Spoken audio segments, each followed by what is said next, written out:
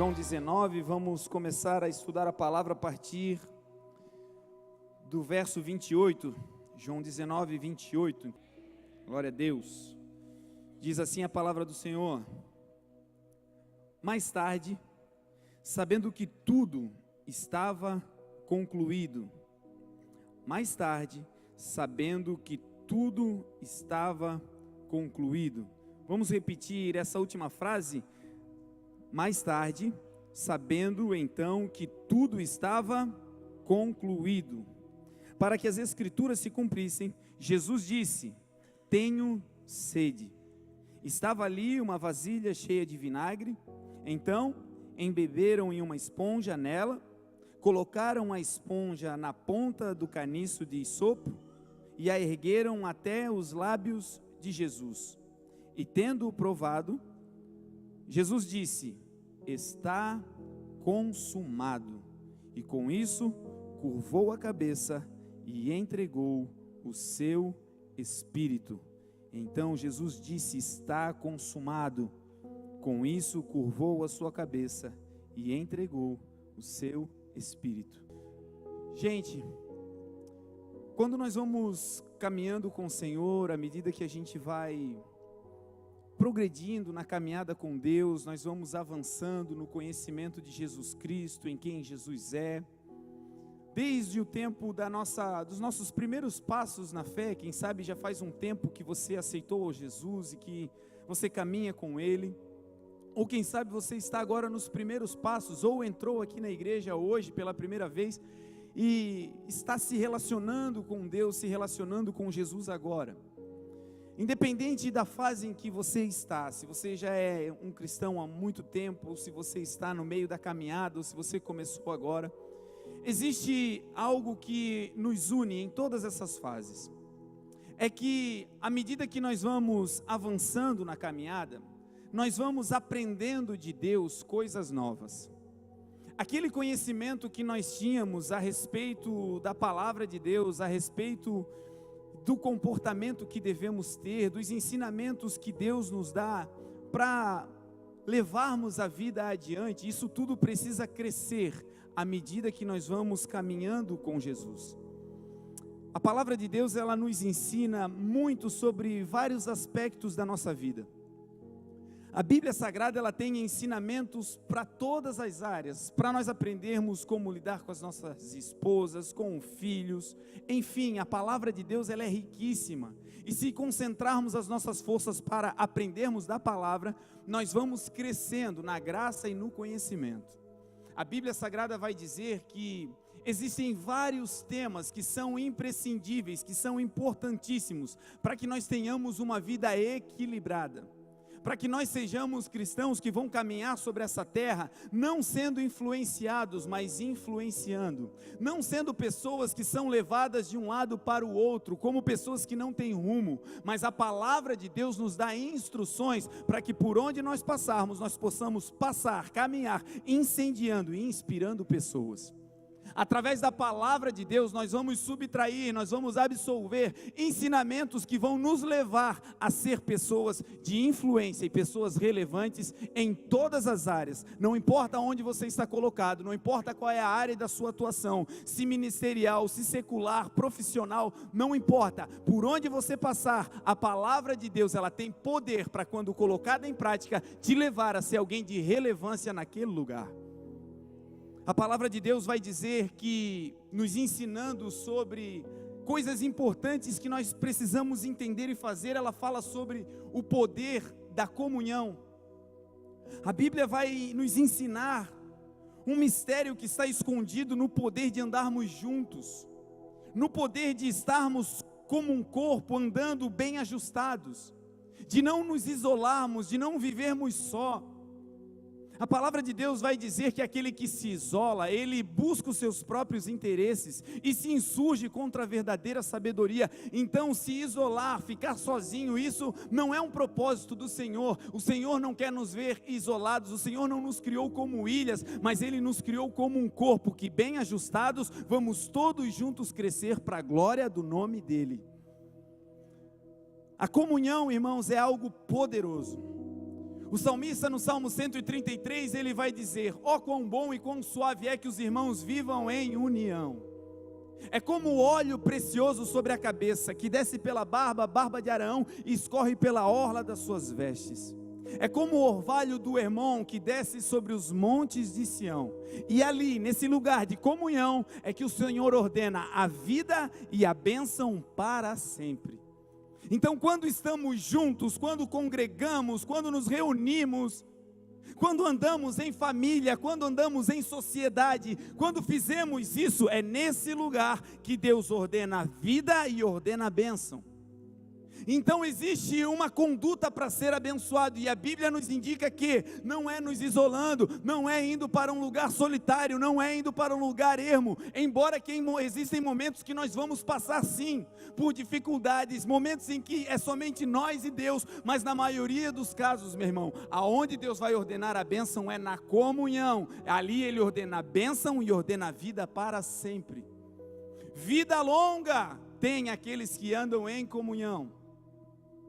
Abençoados são aqueles que vivem congregando, que têm um estilo de vida coletivo. Isso é o que a palavra de Deus vai nos ensinar. A Bíblia vai nos ensinar também sobre perdão. Certa vez Jesus estava falando sobre o ato de perdoar. Mateus 18, Deus falando através da boca de Jesus, Jesus começa a dizer: olha, se o teu irmão pecar contra ti, vai e repreende a ele só, traz ele para perto, se ele se arrepender, você ganhou o seu irmão. Se ele não te ouvir, chama 2 ou 3 testemunhas. Se ele ainda não te ouvir, conta para a igreja. Um passo a passo para que nós não percamos a comunhão com as pessoas. A Bíblia diz que aquilo que for possível para você, faça para que você ande em paz com todos. Aquilo que você pode, faça, se esforce. Claro, obviamente que existem relacionamentos que não dependem de você. Não podemos laçar as pessoas para andar conosco, mas precisamos fazer tudo o que podemos para andar em comunhão com as pessoas. Pedro vai dizer a Jesus: Senhor, quantas vezes é necessário perdoar alguém? 7 vezes? E Jesus disse: não, Pedro, não 7 vezes, mas eu te digo que 70 vezes 7. Jesus estava dizendo: perdoar não é uma fórmula, não é um momento. Perdoar é um estilo de vida. Perdoar é uma característica permanente no coração de alguém que começou a caminhar com Jesus. Perdoar não tem a ver com aquilo que receberemos em troca do perdão. Perdoar significa perder, e quando nós perdemos para o mundo, nós ganhamos para Deus. Então Deus nessa noite está nos impulsionando a aprendermos sobre o que a palavra dele diz e praticarmos isso. E aí, meu irmão, muitas vezes é a nossa dificuldade. Sabemos o que deve ser feito, mas na hora de praticarmos é ali que às vezes a gente fica oscilando. A Bíblia vai falar sobre a capacidade que nós devemos ter de não apenas perdoar, de não apenas andar em comunhão, mas também vai falar sobre atitudes que nós devemos ter constantemente para estarmos conectados com Ele. A Bíblia vai falar sobre um aspecto fundamental da nossa caminhada cristã chamado fé. Sem fé é impossível agradar a Deus, diz a Bíblia. A fé é o firme fundamento das coisas que a gente espera e a prova daquilo que nós não vemos. A fé é você olhar para aquele projeto que hoje é apenas um rabisco e conseguir enxergar ele materializado, pronto, com as portas abertas e dando lucro. Fé é você olhar para essa situação do teu filho que hoje está longe, passando por problemas, quem sabe aprisionado em algum tipo de doença, de enfermidade ou de dependência química, mas crer pela fé que a palavra de Deus diz que para Deus não existe nada impossível. A fé, meu irmão, ela é exatamente isso, é crer no impossível. Agora, a fé, ela não é apenas crer. A fé, ela vem pelo ouvir e ouvir a palavra de Deus. Quando Deus fala, Ele gera fé no teu coração para você crer naquilo que Ele está falando. A fé vem pelo ouvir e ouvir a voz de Deus. Quando Deus fala, Ele gera fé no teu coração e você diz: é grande demais para mim, mas se é Deus que está falando, eu creio. É longe demais para eu chegar, mas se Deus está falando, eu creio. Então quando Deus fala, nós vamos sendo enxertados, somos cheios da fé. Agora a fé, meu irmão, ela é como uma bateria. Você vai ouvindo a palavra de Deus, Deus vai colocando fé dentro de você, Deus vai colocando fé, você começa a acreditar, mas isso fica guardado aí dentro.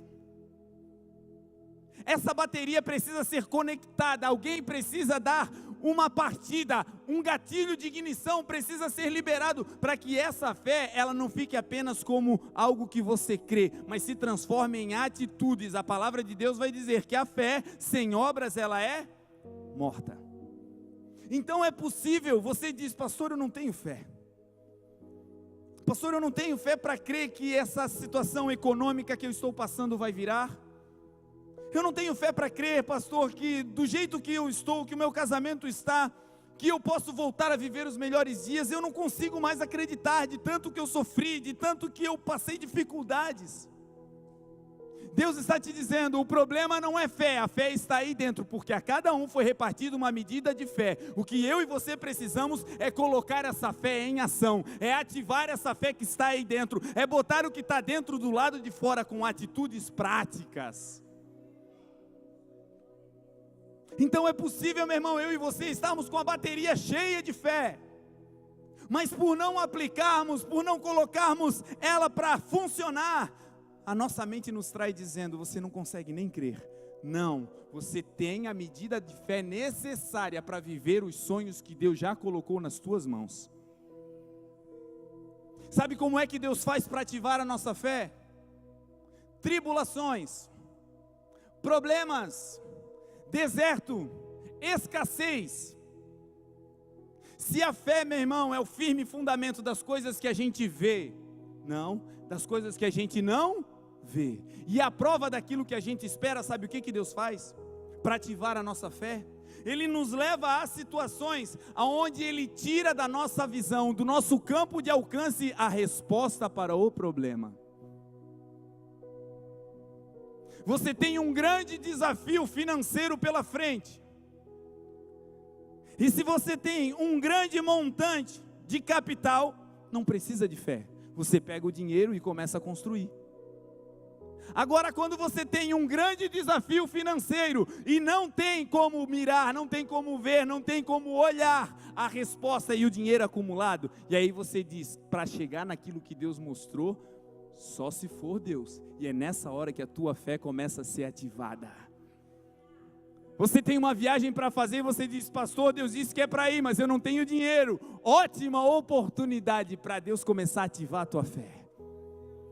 Pastor, Deus disse que vai me dar uma empresa, mas hoje eu estou na lona, eu estou desempregado, eu estou devendo a água e a luz de casa. Ah, meu irmão, se foi Deus que falou, Ele está ativando a tua fé. Comece a correr na direção desse sonho, porque aquele que prometeu, Ele é fiel para cumprir. É assim que Deus faz. Os discípulos, vez ou outra, tomavam um susto com Jesus, andavam com Jesus. A Bíblia diz, meu irmão, que Jesus, Ele é o verbo. Jesus, Ele é a palavra. João 1 vai dizer: no princípio era o verbo. O verbo estava com Deus e o verbo era Deus. João está falando de Jesus, ele está dizendo: no princípio Jesus não estava num corpo. Jesus não estava no seu corpo físico, Ele estava na forma de verbo. Ele era o verbo de Deus e Ele estava com Deus. Tudo foi feito por Ele, sem Ele nada do que foi feito se fez. Em Jesus está a vida, e a vida é a luz dos homens. A luz resplandece nas trevas, e as trevas não podem compreender, não podem vencer a luz. Esse Jesus que está em você, Ele vai iluminando tudo, e as trevas vão saindo, porque por onde a luz entra, as trevas saem. Agora, para ativar a nossa fé, muitas vezes Jesus faz exatamente isso, nos coloca em um problema onde nós não encontramos fisicamente a solução. Jesus treinou a fé dos discípulos, ativando a fé dos discípulos, fazendo exatamente isso. De tempos em tempos, Jesus mandava os discípulos fazer algumas coisas sozinhos. Porque a presença física de Jesus meio que atrapalhava o desenvolvimento da fé dos discípulos. Porque eles olhavam para um leproso e olhavam para Jesus e diziam: está pronto. Eles olhavam para uma multidão faminta e olhavam para Jesus, e Jesus já tinha multiplicado, já tinha alimentado uma multidão. 1 mais 1 é 2. Então, de tempos em tempos, Jesus sumia de cena e dava uma tarefa para eles. Certa vez, Jesus, depois de ter multiplicado pães, peixes, fica despedindo a multidão, sobe para o alto de uma montanha, fica orando e dá uma ordem aos discípulos: entrem no barco, vão adiante de mim, passem na frente. A Bíblia vai dizer que os discípulos entram no barco e agora eles começam a navegar sozinhos. Jesus fica orando até a 4ª vigília da noite. O momento de maior densas trevas de uma noite, na 4ª vigília, é nesse horário que Jesus decide sair da montanha e ir caminhando sobre as águas até onde os discípulos estavam. O texto vai dizer, meu irmão, que havia uma tempestade, o vento era contrário, os discípulos já estavam cansados de remar. E é interessante que eles não estavam desobedecendo a Jesus. Foi Jesus quem mandou entrar no barco, foi Jesus quem mandou remar para o outro lado, e foi o próprio Jesus que deu uma ordem para eles fazer tudo aquilo, mas mesmo obedecendo ao Senhor, uma tempestade, um vento contrário se levantou. Quem sabe você está fazendo tudo que Jesus te mandou. Quem sabe você está investindo tudo que você pode naquilo que o próprio Jesus te deu, mas mesmo obedecendo, o vento é contrário. Sabe o que significa remar num vento contrário, meu irmão? Significa que o esforço que você faz não é proporcional ao andamento da sua caminhada.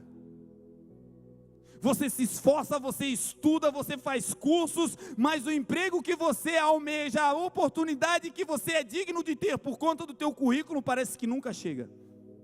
Vento contrário. Você faz o melhor que você pode, você está se esforçando naquilo que Deus te mandou fazer, mas parece que os frutos não vêm. E você olha e diz: eu não vou vencer esse vento. Sabe o que Deus está fazendo com você? Essa tempestade não é para naufragar o teu barco, essa tempestade não é para te matar, essa tempestade é para ativar a tua fé. O texto diz que quando eles estavam literalmente apavorados, Jesus vem andando sobre as águas.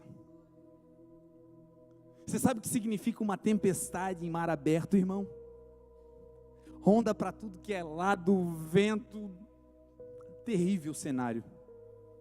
Aquilo que estava assustando os discípulos e colocando medo neles ao ponto deles acharem que iriam morrer, aquele mar de problema que estava cercando os discípulos, para o Jesus que eu e você servimos, era um piso sólido pelo qual ele passou com autoridade até chegar no barco. O teu problema é grande para mim e para você, mas para o Deus que nós servimos não é absolutamente nada. A nossa dificuldade, meu irmão, o desafio do amanhã pode ser um gigante para mim e para você, mas diante do Deus que nós servimos, ele se transforma em nada. A Bíblia diz que as montanhas, elas se derretem como cera na presença do Senhor. A Bíblia diz que quando Jesus se aproxima, Pedro olha e as pessoas ficam desesperadas e dizem: é um fantasma. Jesus se aproxima daquele barco e eles confundem Jesus com um fantasma. O medo, meu irmão, ele faz isso, ele desvirtua a minha e a tua visão, porque eu e você não fomos chamados para andar por aquilo que estamos vendo, mas para andar por fé. O inimigo é especialista, meu irmão, em tentar jogar um nevoeiro, em tentar aumentar o seu tamanho para nos intimidar, mas maior é aquele que está conosco do que aquele que está no mundo. É muito possível que Jesus está fazendo uma obra na sua vida, mas para fazer essa obra ele está escavando, ele está destruindo algumas coisas, ele está derrubando alguns conceitos, ele está afastando algumas pessoas, e aí parece que é o inimigo. Não é. Se você é de Deus, o inimigo não te toca. A tua vida está nas mãos do Senhor. Foi exatamente isso que os discípulos disseram: é algo do mal. Mas era apenas por causa da lente pela qual eles estavam vendo aquela cena. Eles estavam vendo sobre a ótica do medo, sobre a ótica do peso, da dúvida. Quando Jesus se aproxima, Ele diz: sou eu, não tenham medo. Jesus estava a uma distância, irmãos, que eles não conseguiam identificar o Senhor. Mas quando eles ouviram a voz do Senhor, quando eles escutaram o som que saía da boca de Deus, Pedro tomou uma atitude e disse: Senhor, se és tu, deixa eu ir ter contigo. Talvez hoje você não está conseguindo ver o final desse problema. Talvez hoje você não está conseguindo encontrar o final dessa solução com os teus olhos físicos, mas o Senhor está te dando uma palavra dizendo: não pare, essa dificuldade não vai te matar, mas vai ser para a minha glória lá na frente. Pedro diz: Senhor, deixa eu ir ter contigo. Pedro pede para fazer algo, meu irmão, que é humanamente impossível: andar sobre as águas. O lugar mais seguro naquela tempestade era o barco. Mas quando a possibilidade de que Jesus está se aproximando chega, até aquele mais temeroso começa a saltar de ousadia. O teu coração pode ser reservado, a tua capacidade de ousar pode ser comedida, mas o Deus que você serve, quando te toca, Ele te impulsiona. A palavra de Deus vai dizer que Jesus não deu um sermão em Pedro.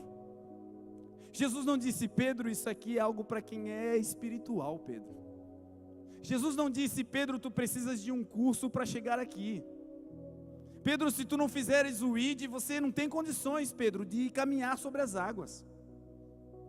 Jesus olha para Pedro fazendo aquele pedido que parecia absurdo, e sabe o que Jesus diz? Vem. Não importa o quão absurdo seja o que Deus está te mandando fazer, se no final isso que você está pedindo para Ele é para chegar mais perto do seu filho Jesus, te prepara para sair do barco e ir na direção dele, porque Ele está te chamando e dizendo: vem, eu vou financiar esse teu projeto. Se você quer chegar mais perto de mim, eu vou te ajudar. Se você quer sair dessa zona de conforto e entrar e enfrentar essa tempestade comigo, eu vou te auxiliar. Agora, o maravilhoso desse texto é que Pedro sai e começa a andar. Muitas vezes é assim que a gente faz, a gente começa com todo o gás. Deus falou e no dia seguinte a gente se levanta, arregaça as mangas e vamos para o trabalho. Mas aí a prova do tempo começa. Parece que aquilo que Deus disse vai se afastando. Parece que aquele sonho não está mais tão claro assim. As dificuldades começam a aumentar. Depois que as portas se abrem, a gente começa a entender o quão perigoso é o que a gente está fazendo. Pedro deu os primeiros passos e começou muito bem. E a Bíblia diz, meu irmão, que nem sempre a vitória em uma corrida é dos mais velozes. Nem sempre a vitória em uma batalha é do mais forte. A palavra de Deus diz que nós não devemos desprezar os pequenos começos, mas melhor do que o começo é quem bem termina. Você pode ter começado em dificuldade, você pode ter começado de uma maneira simples, ou talvez até dito: Deus, eu não quero mais. Mas Deus está te dizendo nessa noite: toma de volta o teu cajado, toma de volta esse projeto, toma de volta esse sonho, não abre mão, porque eu vou te auxiliar até o fim. A palavra de Deus vai dizer que Pedro começa a andar, e ele não conseguia ver Jesus direito. Ele disse: se és tu. Ele tinha dúvida por conta da distância, e ele começa a andar no meio da tempestade, e ele começa a andar com os olhos fixos em Jesus, e enquanto ele está com os olhos fixos em Jesus, ele avança, ele progride, ele vai quebrando a barreira das leis físicas, ele vai quebrando as barreiras espirituais, ele vai avançando, até que chega a um ponto, que ele começa a prestar atenção no vento. Chega um ponto que ele tira os olhos do físico, do natural, do corpo de Jesus e começa a olhar para o nada. E começa a conjecturar dentro de si: eu não vou conseguir. E começa no seu coração a duvidar. E no meio dessa dúvida, o texto diz que Pedro começa a afundar, porque olhou para o vento. Meu irmão, em nome de Jesus, que essa seja a noite de você tirar os olhos do vento. O vento representa o barulho que o inimigo faz para te assustar. Em nome de Jesus, fixa os teus olhos no Senhor, porque com Ele você vai até o fim. Pedro vai andando e quando tira os olhos do Senhor, ele começa a afundar. E ele não afunda por causa do medo, ele afunda por causa da dúvida. Irmãos, a dúvida ela é pesada. Se você precisa ir a um lugar alto, em nome de Jesus, essa é a noite para você se livrar das dúvidas. A dúvida causa peso, a dúvida te coloca para baixo, a dúvida, meu irmão, ela te impede de flutuar.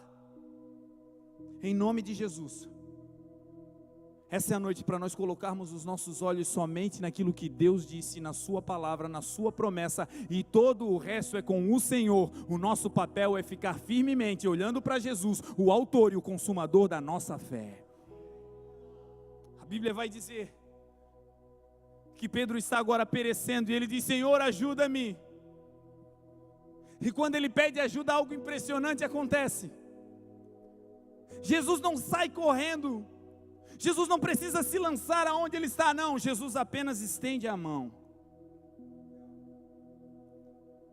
Sabe, nesse lugar que você está, que você diz: pastor, eu estou sozinho. Pastor, está difícil, eu estou sozinho, eu me sinto isolado. Pastor, eu vou morrer aqui perecendo sozinho. Deus está te dizendo: ei, ainda tem energia aí dentro, é por isso que eu não te segurei pelas mãos. Você vai vencer isso aí. E quando precisar, o Senhor está a um passo de você para estender as mãos e te tirar daí. O nosso Deus não é um Deus longe, meu irmão, Ele é um Deus sempre perto. Aonde você estiver, no mais alto monte, ou num vale, ou num deserto, não importa.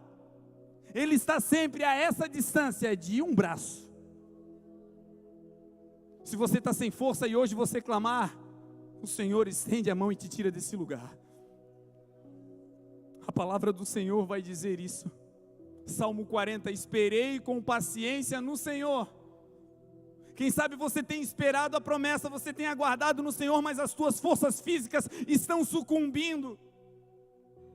E você diz: eu não aguento mais. Ei, tenha certeza, o Deus que te chamou não te abandonará no meio desse caminho. Salmo 40 vai dizer: esperei com paciência no Senhor, e o Senhor, Ele se inclinou a mim. Ele ouviu o meu clamor e tirou-me de um lago horrível, de um charco de lodo, e pôs os nossos pés sobre uma rocha, firmou os nossos passos, pôs um novo cântico em nossa boca, um hino ao nosso Deus. Muitos o verão e crerão que Ele é o Senhor. Aleluia, aleluia, aleluia.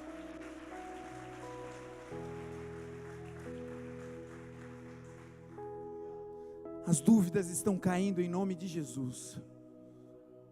Os nossos olhos na promessa, aquilo que Deus disse que vai fazer, Ele vai fazer. Ele não é homem para mentir, nem filho do homem para se arrepender. Não importa quanto tempo passou, passarão céus e terra, mas a sua palavra jamais passará.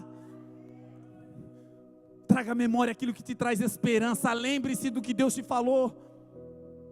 Lembre-se do que Ele disse que iria te dar. Lembre-se do que Ele disse que iria fazer com você. Lembre-se. A Bíblia diz, meu irmão, que ainda que uma mãe se esqueça de um filho que amamenta, o Senhor, o nosso Deus, jamais, em tempo algum, se esquecerá de nós.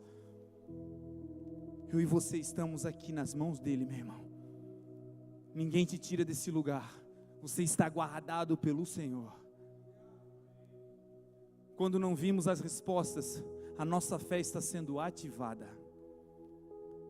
Deus está te dizendo: esse problema não é para te matar, mas a falta de respostas momentâneas é para ativar a tua fé. Continue crendo.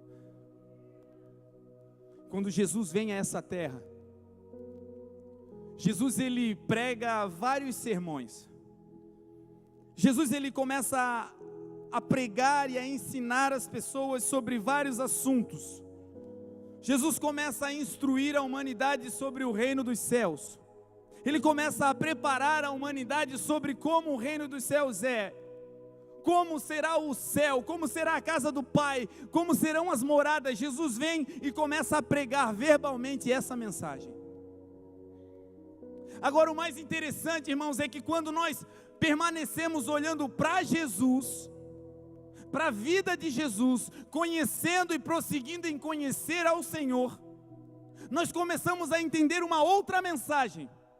Uma mensagem que Jesus pregou não com a sua boca, mas uma mensagem que Jesus pregou com a sua vida, com o seu dia a dia, com a sua prática diária. E essa mensagem não é uma mensagem que está escrita, essa é uma mensagem para quem conhece a pessoa de Cristo.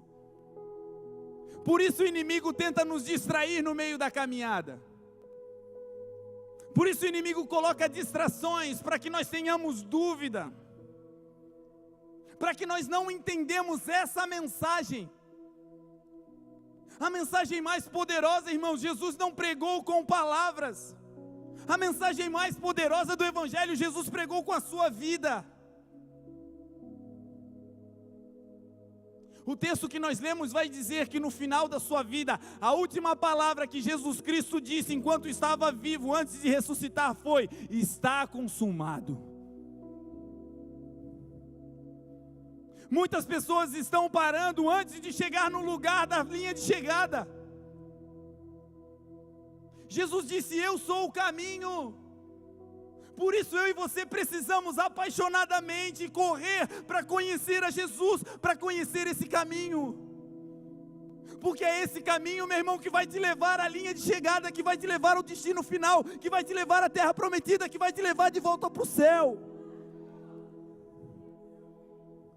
Sabe qual é o perigo de não conhecer o caminho, irmãos? É que você pode desembarcar da viagem em qualquer lugar achando que já chegou. Você pode abortar um sonho que está prestes a acontecer, porque você acha que já chegou no fim. Deus hoje manda te dizer em nome de Jesus: você não vai desistir do que Ele colocou na tua mão. Você vai até o final, você vai até dizer: está consumado, eu fiz tudo o que podia. E no final você vai receber a coroa da vitória. É o que a Bíblia diz. Conhecer o caminho te dá segurança. Aconteça o que acontecer, não pule fora do projeto que Ele te deu. Vamos até o fim. A vida de Jesus pregava essa mensagem. A maior mensagem que Jesus pregou e deixou através das suas atitudes foi exatamente isso: não pare em circunstância alguma até chegar no teu destino. No seu destino, Jesus disse: agora sim, está consumado, eu entrego o meu espírito, eu venci, vocês vão vencer. Olhando para o que Jesus passou, nós entendemos a mensagem e o que vamos vencer, e como vamos vencer. Jesus tinha todos os motivos, irmãos, para parar. Ninguém sofreu como Ele, ninguém padeceu na intensidade que Ele padeceu, ninguém foi humilhado da maneira como Ele foi, mas em tudo isso Ele foi até o fim, para não fazer-se a si próprio, mas a mim e a você, como mais do que vencedores. O nascimento de Jesus, irmãos, começa quando a história de Jesus começa nessa terra, quando Ele começa a pregar com a sua vida. Já no nascimento Ele teria muitos motivos para ser um jovem frustrado, um adolescente rebelde. A Bíblia vai dizer que quando Maria, sua mãe, está grávida, José e Maria voltam agora a Belém, porque havia um recenseamento, eles estavam indo para lá para fazer isso. O governo romano estava cadastrando as pessoas, e Jesus está agora no ventre, indo com Maria e com José para essa cidade, para Belém. A viagem era longa, eles estavam já chegando em Belém. E quando chegam, Maria começa agora a ter as contrações, ela começa agora a entrar em trabalho de parto para que o menino Jesus viesse à vida. A Bíblia vai dizer que o pai de Jesus ou alguém em alguma situação, eles foram procurar um lugar numa hospedaria, um lugar que eles pudessem ter essa criança de maneira digna. E o texto bíblico vai dizer que não havia lugar para Jesus na hospedaria. Então seus pais vão agora a um estábulo, um lugar aonde colocavam animais, e naquele lugar, é nesse lugar inóspito, é nesse lugar inadequado que o menino Jesus, o Rei da Glória, vai nascer. Olha que começo, irmãos. Poderia ser um começo frustrante, dizendo: não, eu já comecei mal, não tem como. E o mais impressionante nessa história é que o texto não vai dizer que o pai de Jesus ou a família dele não tinham dinheiro e por isso ele nasceu numa estrebaria. O texto é claro, o texto vai dizer que ele, quando chegou, não havia lugar para ele. O pai de Jesus tinha uma profissão, a Bíblia vai dizer que ele era um homem íntegro, trabalhador, certamente teria condições de fazer isso, até que foram perguntar. O caso não era por falta de recurso, o caso é que não havia lugar para Jesus. Sabe o que Deus está dizendo para mim e para você, meu irmão? Não haver lugar significa você ter condições de entrar, mas as pessoas fecharem as costas e não te receberem. Não haver lugar significa uma panela entre pessoas que não permitem a sua entrada. Você quer entrar, você quer se socializar, você quer fazer parte, mas não tem lugar, está fechado. Talvez você esteja passando por isso na tua empresa, talvez você esteja passando por isso com a tua família. Você quer entrar, mas as pessoas se fecham e você não consegue um lugar. Que mensagem maravilhosa de Jesus. No seu nascimento passou pela exclusão e não parou, continuou adiante como uma flecha até chegar no alvo. Se você se sente excluído, de alguma maneira pela sua família, de alguma maneira por irmãos, de alguma maneira você se sente assim, Deus está te dando um recado: eu estou provando a tua fé. Não fique frustrado olhando para o descaso das pessoas, mas coloque os teus olhares em mim, porque aquele que abre porta, ninguém mais fecha. Quando Deus abrir, você entra e ninguém te tira.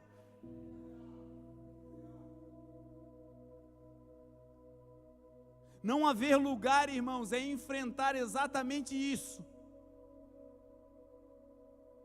Teu currículo não é bom, o teu histórico é bom, mas não tem lugar. Lugar significa oportunidade. Quem sabe é isso que você tem pedido ao Senhor: Senhor, por favor, me dá uma oportunidade. As pessoas da terra podem se fechar e não te enxergar, mas o teu Deus jamais vai se esquecer de ti. Aquilo que Ele falou que vai acontecer já era, no tempo dele a porta se abre. Qual é o problema? Ficamos frustrados porque as pessoas não nos recebem bem. Ficamos tristes porque as pessoas saem entre elas e não nos convidam. Ficamos tristes porque queremos fazer parte, mas não fizemos. Deus está te dizendo: meu filho passou por tudo isso e não parou. Ele foi até o final para dizer: está consumado. Você não vai parar por causa dessas coisas. Você não vai parar por causa de isolamento. Você não vai mais reclamar por causa de panelinha. O teu Deus está te enxergando. No tempo certo Ele chuta essa panela e você vai passar adiante em nome de Jesus. A Bíblia vai dizer que não havia lugar para o nascimento de Jesus. Não dá lugar, irmãos, para uma mulher grávida poder ter o seu filho adequadamente. Representa dureza no coração. Representa pessoas que não se compadecem com a tua dificuldade. Quem sabe você não é alguém orgulhoso que não pede ajuda, não. Você pede, e o pior é que quando você pede, a ajuda não vem. E por isso você se frustrou, e por isso você disse: larguei, não ando mais, não caminho mais. Não, Jesus não parou por causa disso. Em momento algum na história da Bíblia você vai ver um registro de Jesus, ou um registro histórico falando de alguma reclamação, ou de algum trauma que ficou em Jesus por causa do seu nascimento. Existem pessoas que têm dificuldade de levantar a cabeça e crer no futuro, porque na infância ouviram uma palavra dizendo: você não foi planejado.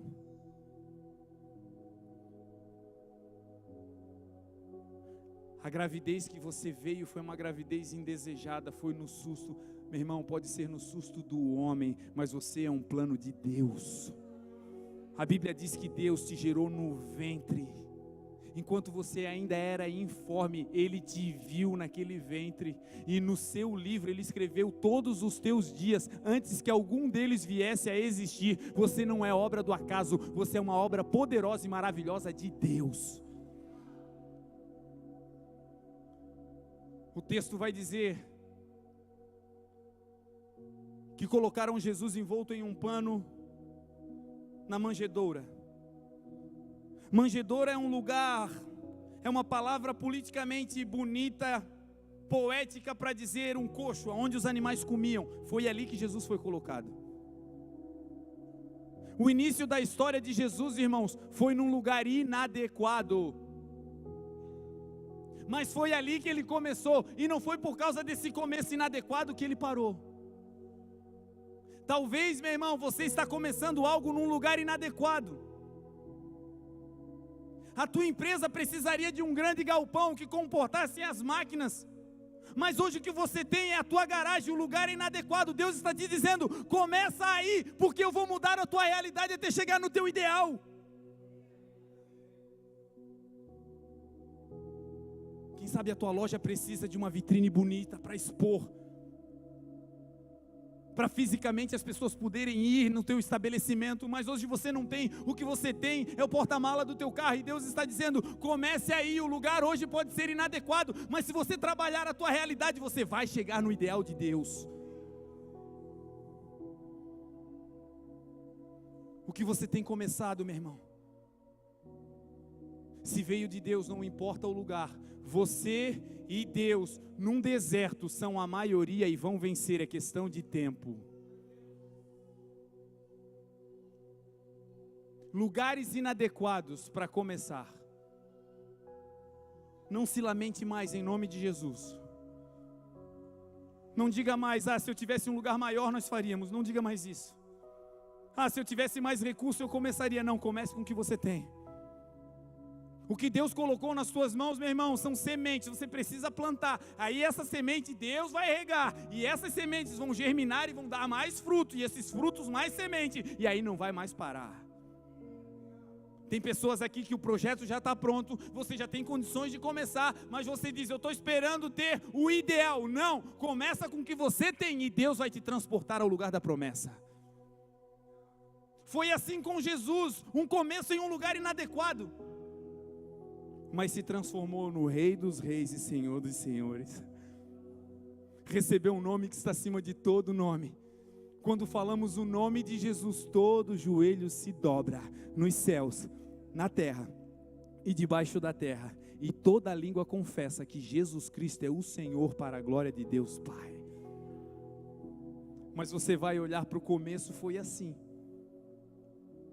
Não importa como você começou, o que vai importar é como você vai terminar, e você vai terminar vencendo em nome de Jesus. Você não vai parar mais por causa das limitações, você vai avançar. A Bíblia vai dizer que com 12 anos de idade, a família de Jesus vai a uma festa, a festa das cabanas, onde o povo de Israel trazia à memória o tempo em que eles acamparam com cabanas no deserto. A festa dura alguns dias. Família de Jesus, está todo mundo ali festejando, acaba a festa. A família de Jesus volta para casa.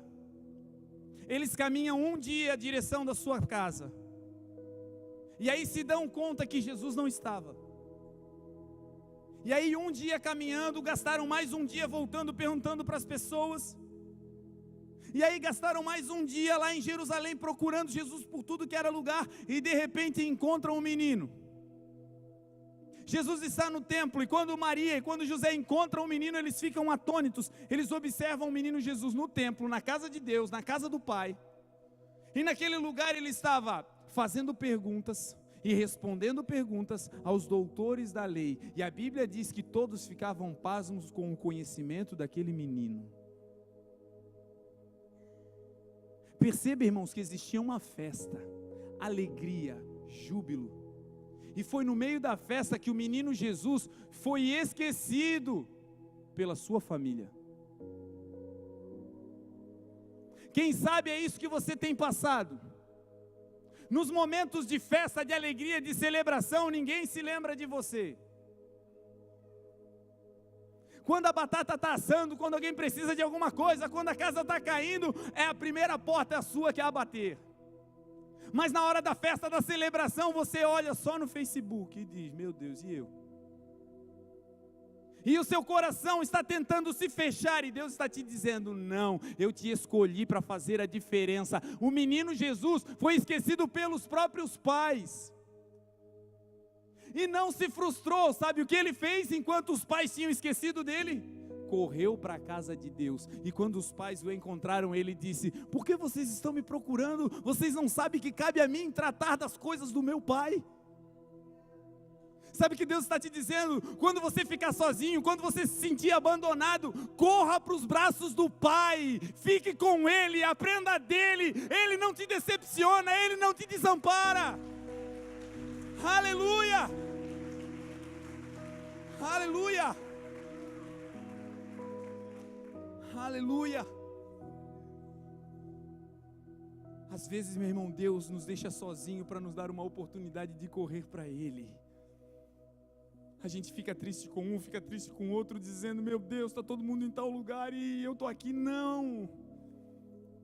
Quando as pessoas vão, não é porque elas são más, é porque o teu Deus está querendo ficar contigo um tempo a sós. Sabe alguém que foi especialista em cuidar das coisas do pai enquanto a festa da família estava rolando? Davi. Existe uma festa na casa de Davi para ungir o novo rei.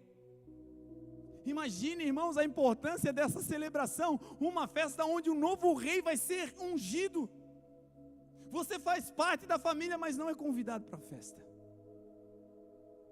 A Bíblia diz que o profeta Samuel vai ungir o novo rei e ver os irmãos de Davi passando. E quando ele olha para os seus irmãos, o primeiro a passar é alto, é forte. E ele no seu coração diz: certamente esse vai ser o novo rei. E Deus puxa a orelha do profeta e diz: Samuel, eu não vejo como o homem vê, porque o homem vê a capa, o homem vê o exterior, mas eu olho para dentro do coração. Você pode ser frágilzinho por fora, mas por dentro mora um leão aí dentro chamado Jesus Cristo. Você pode se sentir sem forças, e é exatamente por isso que Deus te escolheu, porque o poder dele se aperfeiçoa na minha e na tua fraqueza. Passa todo mundo, e o profeta diz: então acabaram-se os filhos. Aí o pai de Davi diz: não, tem um pequenininho lá. Sabe o que Davi estava fazendo enquanto a festa estava rolando? Cuidando das ovelhas do seu pai. Deus está te dizendo: a tua família pode não entender muito bem esse negócio de igreja, esse negócio de Jesus, podem achar que você está meio doido, meio fanático. Escute, todo momento que você tiver, corra para a casa dele. Todo momento que você tiver, corra para a presença dele. Todo momento que você puder, cuide das coisas do Pai. Sabe o que vai acontecer? Vai chegar um dia que Deus vai mandar a festa parar, como fez com Davi. Para a festa. Para aí, está faltando alguém. Chama Davi. E quando o menino vem, o óleo foi derramado sobre a vida dele. Não pare. Essa é a noite que o Senhor te chamou aqui para te dizer: em nome de Jesus, não pare. Não importa como começou, não importa se a tua família te abandonou, não importa se eles não entendem a tua fé, não importa se o lugar é inadequado, você vai passar por essa terra como uma flecha até atingir o alvo. Essa é a noite, meu irmão, que Deus está virando algo dentro de nós para ativar a nossa fé. Começamos o ano e o pastor Fernando profetizou aqui que esse seria o ano da alegria. E a alegria do Senhor, meu irmão, é a nossa força. Isso quer dizer que quando nós alegramos a Deus, nós nos fortalecemos. Essa é uma noite para você colocar os teus sonhos e os teus projetos diante do Senhor e dizer: Senhor, aqui está os meus sonhos. Senhor, aqui estão os meus projetos. Existem pessoas aqui que já têm projetos engavetados e você disse: eu não quero mais nem tocar nisso aí. Eu não quero tocar porque eu me sinto frustrado. Eu não quero voltar para casa porque eu saí de uma maneira e agora as coisas não deram certo e eu sinto vergonha. Eu não quero mais falar em coisas de ministério porque eu me frustrei e eu me feri. Agora eu só quero ser um membro, eu quero ficar sentado e me encher da palavra. E Deus está te dizendo: não, senhora, você vai trabalhar para mim. Enquanto você trabalha para mim, eu cuido dos teus. O texto vai dizer que com 30 anos, Jesus pregando com a sua vida, aos 30 anos de idade, ele vai ser batizado. E quando ele é batizado, ele é cheio do Espírito Santo. E cheio do Espírito Santo, ele é induzido, ele é conduzido pelo Espírito Santo ao deserto. Deserto, meu irmão, para quem tem uma mentalidade de escravo, significa que precisa voltar para o Egito. Deserto, para quem é cheio do Espírito Santo, significa o último estágio para derrotar o inimigo. Deserto, para quem está com Jesus, significa Deus está te preparando, é o embate final. Você vai vencer o inimigo e você vai sair dali para começar o que Deus te mandou fazer. Existem pessoas aqui que já chegaram nesse nível de maturidade. E aí você diz: pastor, a luta está grande, a minha casa está caindo. Agora que eu estou me sentindo bem com o Senhor, parece que o mundo está desabando. Espiritualmente eu sinto a opressão. E isso, meu irmão, foi o que Jesus pregou com a sua vida. No começo era apenas um lugar inadequado quando ele era um menino. No começo era apenas falta de oportunidades quando ele era uma criança. No começo era apenas esquecimento de homens quando tinha 12 anos.